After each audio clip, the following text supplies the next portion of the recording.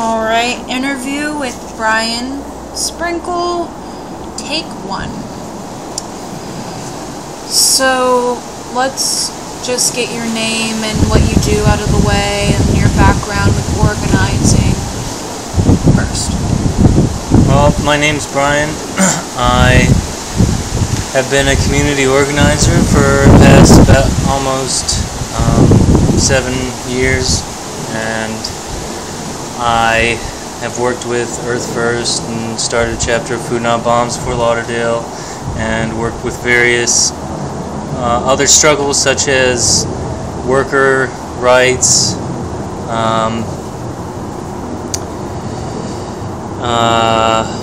animal rights, and queer movement. Other than that, I've just been trying to create community, participating community that is considered anti-authoritarian, and creating a new way of living. Alright, so being involved in all these different types of movements, how would you say maybe gender roles has played a part in organizing? Well, at first, when I first got involved, it didn't. I was more coming from a simply anti-capitalist and or Marxist background. It didn't, and it therefore showed the gender roles in play and how women were made to be submissive in leadership organizing roles.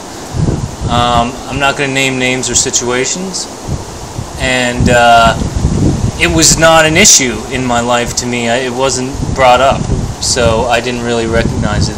Then, would you say it wasn't brought up in these things maybe because you were trained to believe also that that's how people interact with each other? well, somewhat, yeah, but otherwise we considered ourselves feminist, and supporting women's rights, but we didn't examine how we acted to each other, and the way that we were conditioned wasn't brought into question. It was just like, yeah, we're feminists, yep, but we didn't know further than that. It wasn't discussed within the communist and progressive communities. I know a lot of times in the communist struggles, but it's not uncommon in anarchist circles though, but that feminism and social politics are considered micro-politics, that they're not as important as the overall struggle of creating whatever sort of like workers' rights, or that it's a secondary Absolutely. sort of politics. Everything was secondary to the worker revolution and kind of anti-war type of social justice and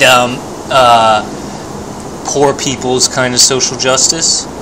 Everything else was secondary. So would you like to elaborate, like maybe that what your current view of how feminism plays a role in maybe these sort of things, that maybe they're not, do you feel that there's still something sort of like put on the back burner, or do you feel that it's a very important central role in how in these movements like Occupy or within workers' rights or animal rights or environmental justice for that matter?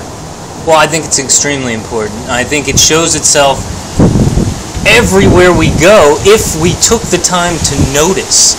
That's the problem.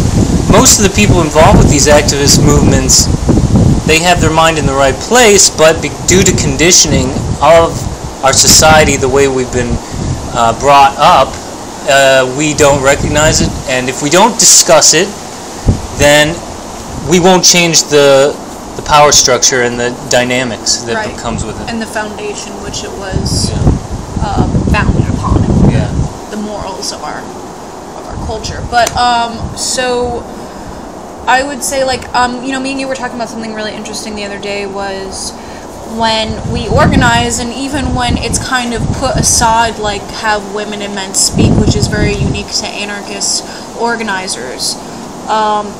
Tell me a little bit more about that. Like, how does that help, or how does that juxtapose the sort of situation we're trying to create with equality? Yeah, I can say, first off, just to state within the anarchist community is where I was first introduced to, feminism or gender equality as a role, and making the social and the personal political, so that we can change ourselves in order to create a society that we wish to see of equals. And it's really where I became aware that I, as a white male, need to recognize how I act, even though at heart I have a personal belief in equality for all people, no matter what gender, race, or anything else. But I didn't really analyze it, and that's what it made me do. Then it made me see, the roles that I'm playing, how I'm acting towards other people, even more submissive males at that point even, and who takes these leadership roles in these movements, even within anarchism, are typically white males.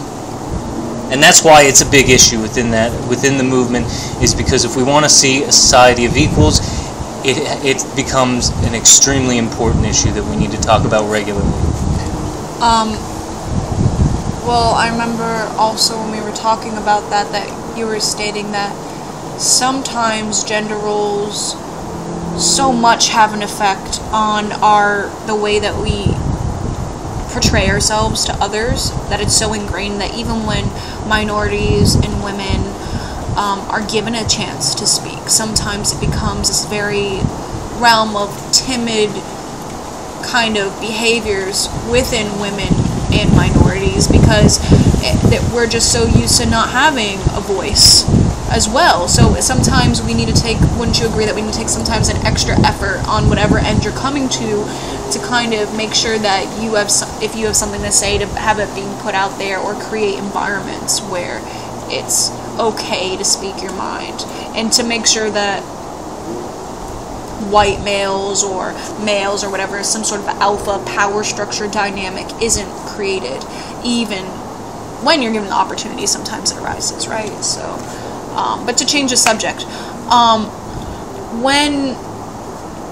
how would you say, I know in activism there's a little bit of a different dynamic, but how would you say, like, pre-activism, how did, let's say, did pornography have any influence on your ideas of gender or sex or sexuality? Yes. Specifically growing up, especially given that, I was raised in a very typical family that adhered to social norms, and girls and boys were differentiated very specifically based on typical things, such as girls like pink and Barbies and domesticated play, and boys like blue and outdoorsy type of aggressive and maybe type of play, things like that. And there was a divide, always a divide between girls and boys, even within school, well, especially within school even, and within play. And it was always based on the more masculine strength aspect and the more feminine weaker aspect, especially when it came to play. And within the intellectual realm, within competition of the sexes in the classroom. Now, when it comes to pornography, which came a little bit, later in my adolescence, when I began to learn about sex, since I wasn't taught directly from my parents or school, right. It came to me through entertainment, through the media, through television. So as even a young person, I remember maybe 7, 8 years old, seeing things like on HBO, such as Real Sex, the TV show, and other types. Right, and it's a good show, actually. But seeing these things, or even things like on MTV, such as The Real World, that shows homosexuality in kind of a degrading light, I would say. Sometimes, but just coming as a young person, I wasn't exposed to it, so it was a good thing because I didn't see it in a bad way. but it was not painted as necessarily a good thing. So, well, within these, the realm of porn and media and their interrelationship, how do you specifically, being a male, since you can't talk for women maybe as much, how do you feel that males are portrayed within porn? What are your feelings on that? Well, I just want one more thing about porn. Yes, I just want to say that it raised me as far as sexuality. There's a certain point in a young man's life where you look at porn and it becomes this thing, and it becomes like this very, oh wow, interest of young boys to learn how to have sex, to be interested in sex. The only difference is, strangely, that with other male friends of mine, we would like porn and other sex-related things, but we would also like to experiment with each other sexually sometimes, and that was not as socially acceptable. Yeah, so you're saying as a younger, well, just a quick side-off question, so as a younger male, did you feel it was more acceptable to go beyond hetero norms than it is as an adult male in a mainstream society, not in an activist setting? I think it was, but only in a secretive setting. I remember a friend of mine telling me he saw on Oprah that it was all right. It was a good thing to experiment with, your friends of the same sex as a young person to get a grasp. Typical. Right. It's typical, and it's to get a grasp on sexuality and what that is and means and right. how that feels. So go back to the way that you felt that men are kind of portrayed. In pornography, men are definitely, to me, portrayed as sex-crazed, masculine, kind of maniacs, where they're kind of only interested in one thing, and then it's very obvious. And then they're very overpowering, overwhelming, wanting to assert their power. In what ways? In ways of, say, a lot of the times, now I'm not going to say for every single porn, but a lot of the times they're like bodybuilder types you see in porn, which gives you a certain idea of what masculinity is supposed to be. And then in the aggressive nature of how they portray males within things like choking, subduing, forcing the action of what the sex will be like, dictating how the sex will be, like you're going to listen to me, get on your knees, force your head down, force the motion of oral sex or otherwise. Right, with the choking. Anything, yeah, with faster oral sex or deep throat or anything like that. It does kind of, like in my opinion as well, it kind of portrays making the woman more of a masturbatory object as opposed to a real living, breathing person that has wants, needs, feelings as well.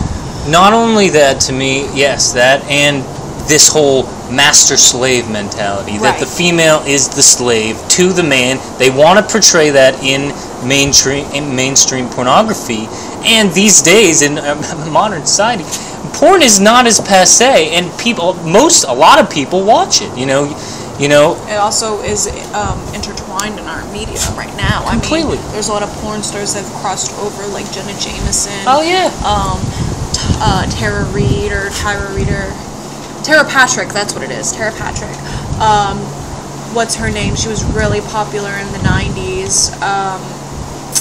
And she was hooked up with all these man stars. She was even in John Waters' film. I forget. Tracy Lords. Oh yeah. Well, yeah, and then you see rock stars and videos. Rock stars, right? It's typical. The oversexed of red carpets, the showing of breasts, Paris Hilton made a porn. All the celebrities make porn. Also, now more pornographic sex toys and objects like that are frequently sold. Advertised on TV. Yeah. Exactly. That's different. That's newer. Girls Gone Wild on television late at night on Comedy Central. Yeah, and it sets up the same dynamic within most of these, not necessarily within all the toys or enhancement pills, but within things like Girls Gone Wild and within the mainstream pornography. So when you actually, let's say, engaged with sex with a woman for the first time, or the first times, did you approach it from that angle, or did you almost feel like that's wrong to approach that from the angle? I'm just interested to know. Yeah, that's interesting. No, I really didn't, actually. I found myself being a feminist type, even though I did not know the history behind that, and I did not know much about it. But for me, it was more a rudimentary respect issue. So I did hold that of the early ages, starting from earlier ages. I was, a mama's boy type, and, for various reasons, growing up in a family that had certain problems and issues, with a father figure being very dominatory and, things with an argumentative nature on a regular basis, and having a father figure who was very overwhelming as a power figure in the house. I very much respected my mother and went to her and felt bad for her in that way, and so therefore grew a respect for females through that. And so when I approached sex for the first time, it was very, to me, now that I think about it even, not as much based in gender as it is just very, just sensual, hormonal, but very respectful, sensual, and gentle. So that's personally. Yeah. Yeah. So would you say that for the, generally speaking, divide it how you will, do you feel that pornography accurately portrays males either in a mainstream society or otherwise, or do you think that is propaganda pushed up by the porn industry? I think it's propaganda, and whether it's subconsciously done doesn't matter, because it's conditioning is what we're talking about. We're talking about a heteronormative conditioning that stems from patriarchal civilization as we know it.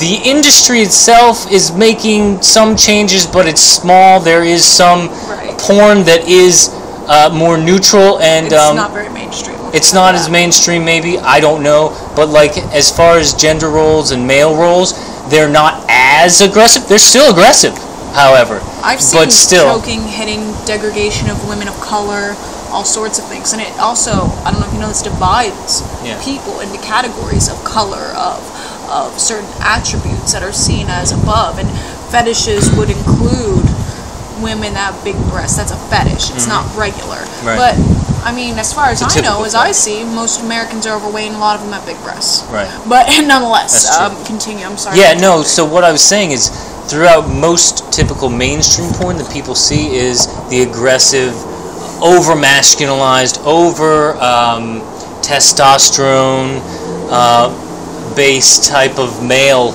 alpha male, who plays an extremely aggressive, extremely overwhelming, and not consensual role, a dominatory role.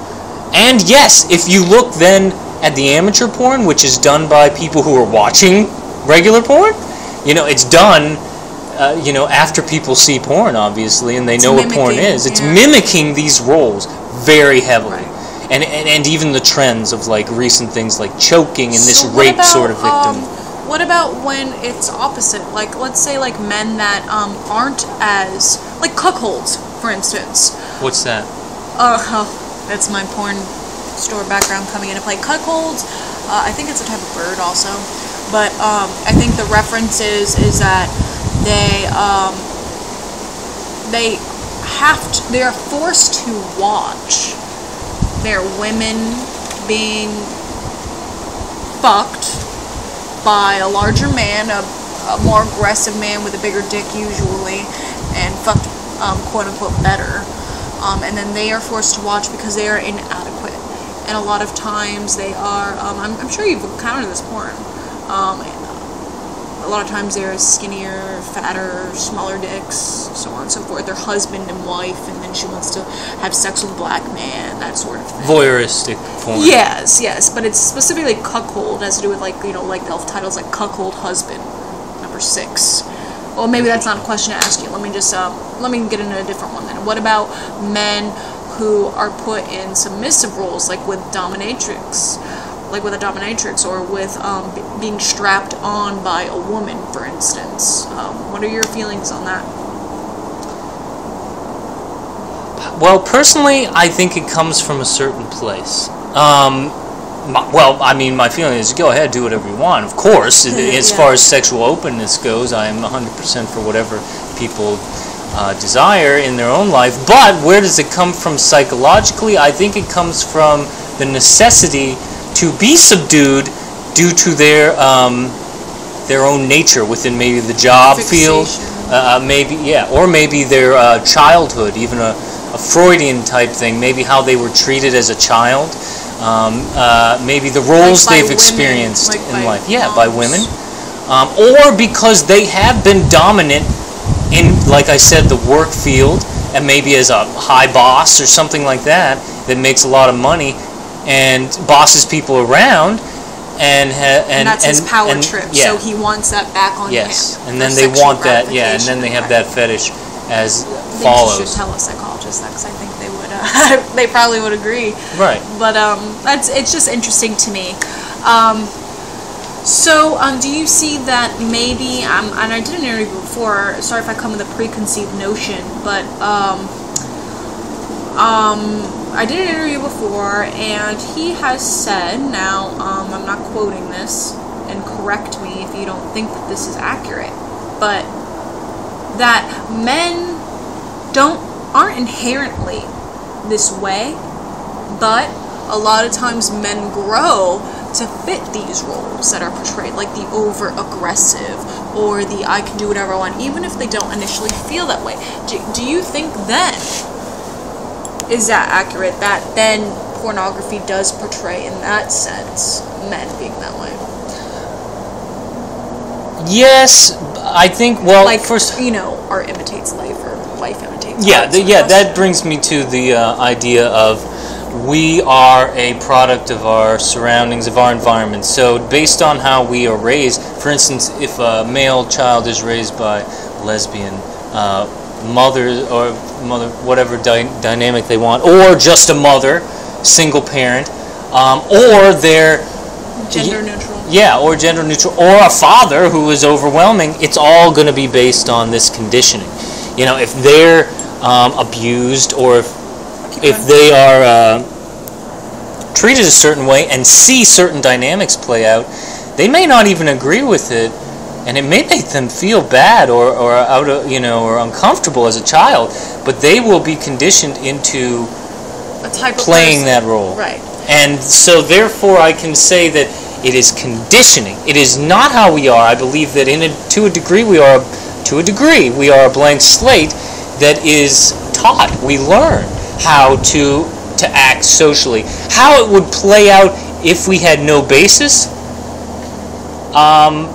is really incredibly hard to say. Yeah. Because it's all an evolution. You would have to rewrite every fairy tale, every movie, every Disney movie. Yeah.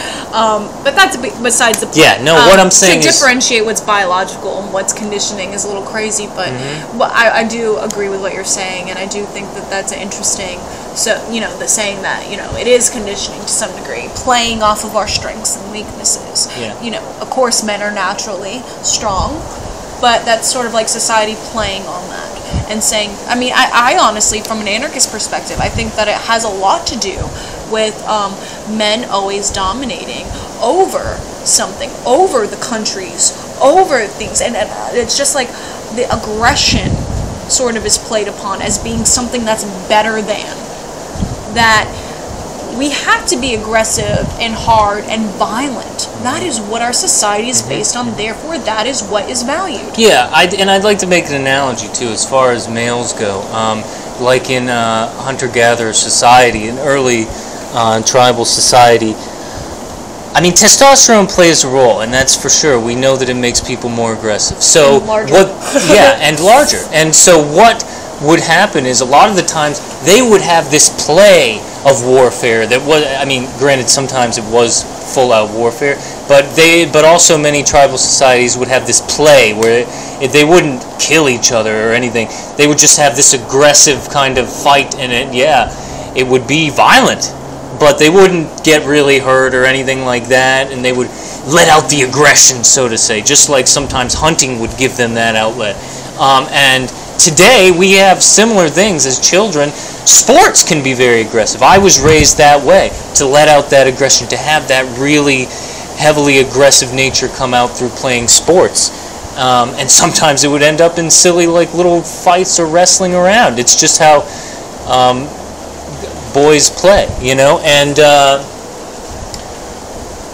yeah, and I think as we get older it plays a larger role, because sometimes for males that ends and then the aggression begins to pent up and it more comes out within the dynamics of interrelational or interpersonal relations. Right. So let me ask you, from the mainstream perspective, from someone that's not typical and involved with subculture and activism and women's rights and so on, how is your dynamic between people that have no real conceptuality or no real foundation on these topics, that are just really very influenced by TV, media, whatever the popular culture is? How are your interactions? Well, I try not to be personally an offensive person, so I don't like to usually challenge them. Like, some anarchists actually might think that that is the right thing to do, is to challenge You're that. also a Buddhist, that's fine. so. And I'm a Buddhist, yeah, so I do take a passive role a lot of the times as kind of analyzing and not forcing my beliefs on people, but through my analysis and just seeing... Through your actions. Yeah, through my actions, I want people to see, you know, that I believe in a complete equality and gender neutrality as far as how we are perceived and acted towards, with respect. Well, but, individual to individual, really, or in a group yes, of males. yeah. Okay, what about it? Like, how would you act? Like, how, Wow. or how are they acting? What are those things that you're observing? You know? It depends, of course, whether I'm in a group of specific types of activists or a regular mainstream group of people. I don't like to change how I am, but sometimes... How about, for an interesting thing, what about first activists? Let's start with the activism and then go to mainstream, because this, to me, it's totally interesting. Once again, it depends, but within activism, yeah, it's really strange. There is this really deep-seated male comrade, especially white male camaraderie, that is based on your whole I am for equality, and I know about these topics because I'm a radical, and this sort of one-upmanship and this having to prove yourself sort of nature that people have, even though it's friendly. Yeah, within the groups of males, they want to be over-friendly, they want to give hugs, they want to seem open-minded and respectful, which is good, which actually does show steps being taken in that community, and it's good, even though they still fall into conditioning when it comes to relating to females and other races. It happens, and other sexual preferences. It happens, but at least they're trying to break down that first layer. The unfortunate part is that sometimes it really shows itself because of how we're trying to challenge those things, and it comes out in a dramatic way because some people will have, especially white males, will have a disrespect for discussing and making a large role out of, or a large aspect out of gender roles and the discussion behind power struggles within the activist community. I see a lot of times it's like because they think that because they are taking steps, they think that they've already eradicated the problem. Yeah. And because of that, they don't take steps to further their knowledge or to further questioning their behaviors. So it's kind of like turning another blind eye, like it's another layer of sexism. Exactly. I've seen that a lot, and sometimes just subconsciously because of conditioning. And I think that it's a major issue that what other type of behaviors do you see them like that portray the sexism, like examples. Yeah, leadership roles is massive. That's the number not just one. Leadership roles, but how about other ones? Because that one I think is kind of assumed for. Yeah, it is. But it's so overwhelming. That's why I have to state it. It always happens, just like you said before. Even when given the space, people of color and females, even when given the space, are still sometimes shy and timid because that's what they're conditioned to be like in those crowds. Encouraged. Because men are encouraged, to act aggressive, especially white males in the activist community, and they feel more comfortable because they're used to it. So it happens regularly. Outside of that, within other ways, I'd see it within the social, within the sexual relations, as far as partnership, within the polyamorous aspect. Discuss that. Just as within the hippie movement, sexual orientation is a big issue, and how free love, as Emma Goldman spoke about so passionately, and how we take relationships, and it's become a major issue within the anarchist community because of people don't want to stay in a committed relationship. They don't feel like they should have to, and they don't want to be condemned for being a so-called promiscuous, type, and don't want to be demonized or, made to seem bad for wanting to have multiple partners or to want to have sex whenever they feel like and not be committed. So I see that as a major thing, and a lot of the times it becomes a point of also proving yourself to be gender neutral or open-minded, or a various number of things that I've fallen into playing into myself. So sorry, I was opening a beer. So okay, we were just talking about this, right? Earlier today from the blog, right? Right, about queer associations, correct? I was discussing this, and I think that this is a really interesting topic about polyamorous relationships, and about and about how people are so quick to identify as being something that's really against the heteronormative culture, but then at the same time they will sit here and act according to a gender role. Like, oh, I'm into guys, but I have to, for instance, dominate over these men. Which I think, I'm not downing anyone for that. I'm just saying that perhaps analyze where you're coming from, where these motives come from. Also, that I think is very interesting because people, for instance, like myself, I'm not heteronormative, but I do prefer male-female relationships. Now, upon preferring male-female relationships, yet I do not associate gender with these people.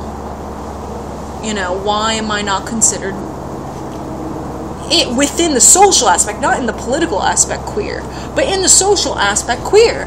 Why are people having to prove themselves? Yeah, that's the part that I, with the polyamorous, that, right. Well, I'm sorry to interrupt, but it seems to me that it seems like the polyamorous thing seems just like another way for people, not consciously maybe, but to say like, hey, I'm a guy, I like to have sex with multiple partners, that's what I've been conditioned with, and this is a great way for me to have multiple partners like I want.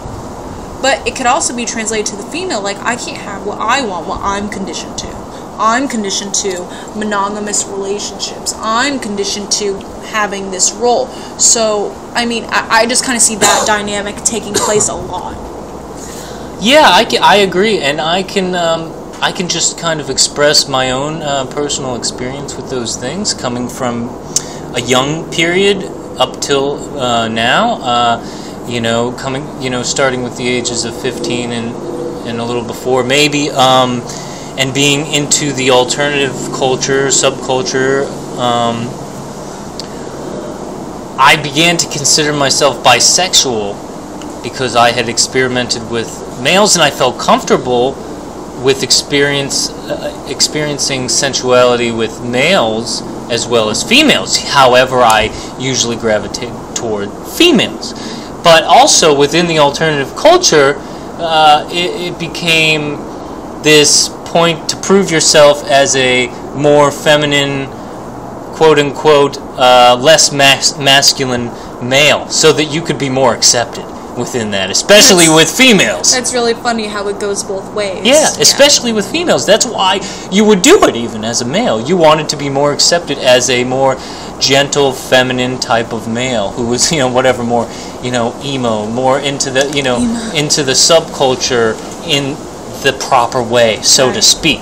So you would prove that, even though, I had experienced bisexuality before, or sensuality with males before I even considered that term.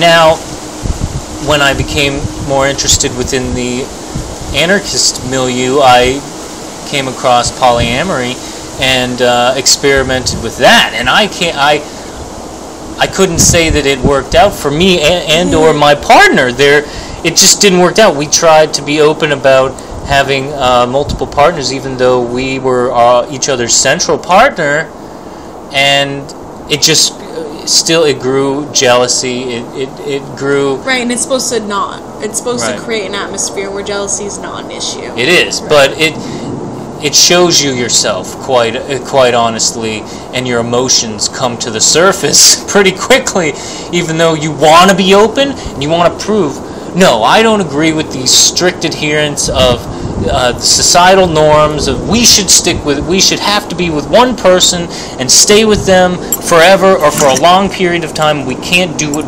our desires and our emotions drive us to. Let's take a break.